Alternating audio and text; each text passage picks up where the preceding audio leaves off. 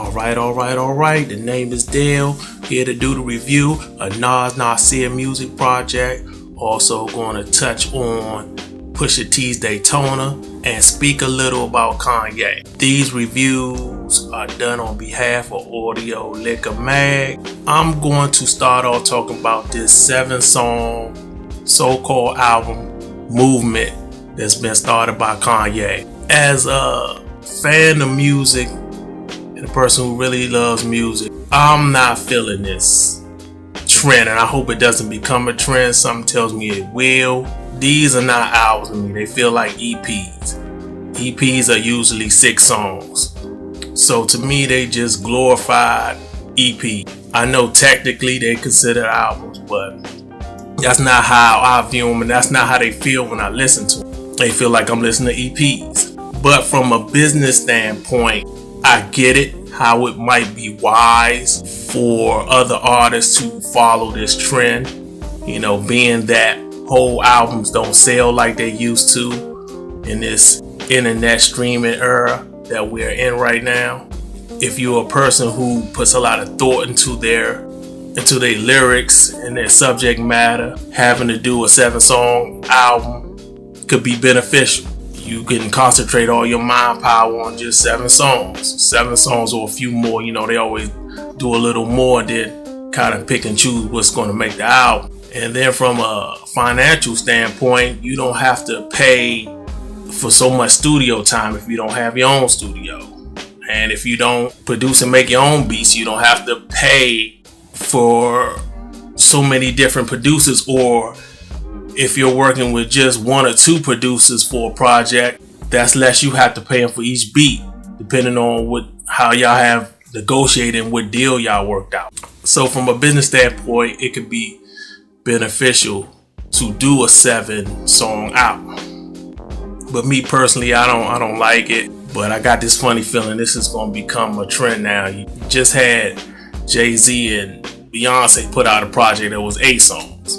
So there you have it. You gotta give me at least 10 tracks. I ain't saying all 10 tracks gotta be actual songs. You know, one could be an intro, one could be an interlude, one could be a skit. But give me 10 tracks. That's all I'm saying. But anyway, let's talk about Nas. We're gonna start off with Nasir. This is Nas' 12th album, because technically this Nasir 7-song joint is an album. So this is his 12th. He hasn't put out an album since 2012. That was his previous album that came out, Life is Good. So you talking about what, 5-6 years in between albums, and you decide to come out with a 7-song joint. So that's disappointing in itself. Been waiting for this dude to put out an album, and then he comes back with just 7 songs. But anyway, Nas is on my Mount Rushmore of MCs, of best rappers. You know, I usually go 1A, 1B with him and Jay-Z. It goes back and forth. But if you put my feet to the fire and say who's the best, I'm gonna have to give the nod to Jay-Z, because his category, his catalog has been better. But I'm still kind of leaning towards Nas for my favorite out of those 2. So I'm going to talk about the tracks on here and get into it. He has the first track. It's called Not For The Radio, featuring P. Diddy and someone named 070 Shake. And I'm assuming she's the one singing on the hook. You got P. Diddy basically just talking shit. It has a biblical sound to it, deep lyrics. Another track, The Cop Shot the Kid. They jumped the line they jacked from Slick Rick, featuring Kanye West. The title is self-explanatory. I like it, but I'm really not feeling how Kanye sampled and looped the line from Slick Rick. The Cop Shot the Kid. It just goes over and over, and he got that going over the verse while Nas and him is rapping. I found that to be a little jarring. I still like it, but I thought he could have just used that for the hook or sprinkle it in every now and then while the verse is going on. I thought it would have made the song better. I still like it, but you know, it's kind of odd how he did that. Now, that's not That's not something new for Kanye. I can go back to when he produced Testified for Common on his B album. He kind of had that.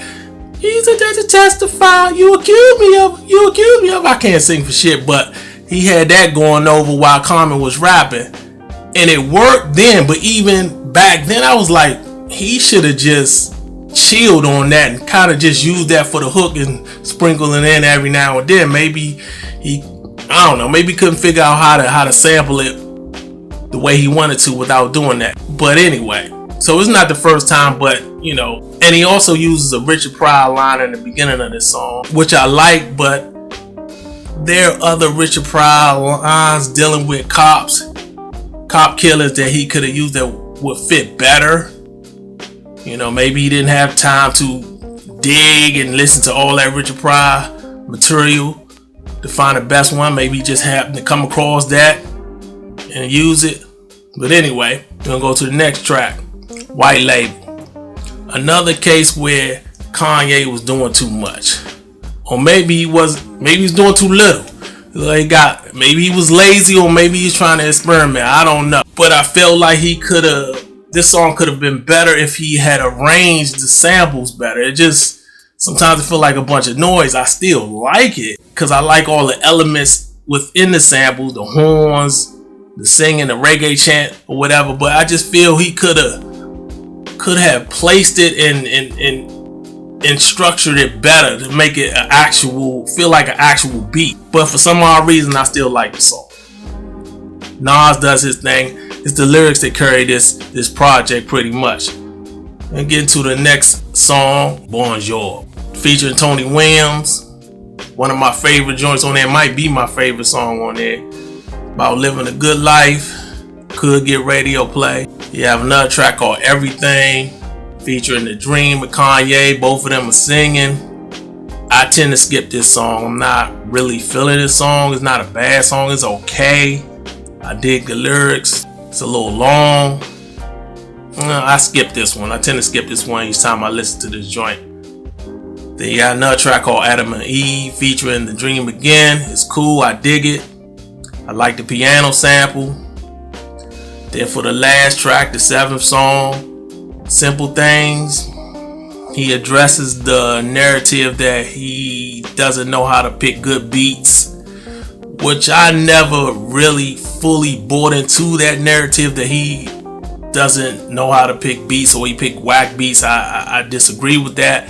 I always felt, for the most part, that his beats fit him, fit what he was talking about, fit his personality, fit who he was. So I never fully bought into that. But for those who believe that, this album could be another example of that, because the production is not great. It's not bad, but it's not great. So can we just get a DJ Premier and Pete Rock exclusively producing a Nas album before he hangs up his mic? Because it seems like he's not really going to be making too much music in the future. So I just want that. Give me that, and then you can hang up your mic, Nas. And also the sound quality of this Nasir project is not up to par. It makes it feel incomplete, along with it just being seven songs. So I dig it. I give it a B-. You know, like I said before, it's the lyrics and the stuff he's saying that carries this project. So I'm going to speak a little bit about Pusha T Daytona joint. I give that a B+. I'm not going to go into too much detail. My folks Charles did a very detailed review on this Daytona project, which I encourage you to go watch. It's on YouTube. Being that his last album came out in 2015, I was disappointed that this was only 7 songs. This to me is not a classic. I've been hearing it's a classic, and I wish folks stop doing that. It's like some folks, they get some folks to say it's a classic, and then other niggas just run with it. We gotta stop calling every album that come out, every other album a classic. The word's not gonna have any meaning if you keep attaching everything, every project that has some sort of good marketing scheme behind it and calling it a classic. You can't. It's not a classic to me, but it's all subjective. But I just found it funny that I'm just hearing all this classic stuff. You know, before I even got to listen to the joint, I'm like, how can it be a classic? I mean, it's only 7 songs. I'm not saying that the 7-song joint couldn't be a classic, but that's pretty hard to do. I just don't think it's a classic. But anyway, the art cover, when I saw the art cover, I thought that was very disrespectful. The Whitney Houston death scene in the bathroom, I thought that was crazy. Another one of Kanye ideas. I was like, wow, I can't believe they went there. I'm just gonna talk about some of my favorite joints on the joint. My 2 favorite joints is probably If You Know, You Know. That joint goes in. That's the first track that starts off the project. I love that joint. Then you got Centuria. Love that joint. Like the sample use.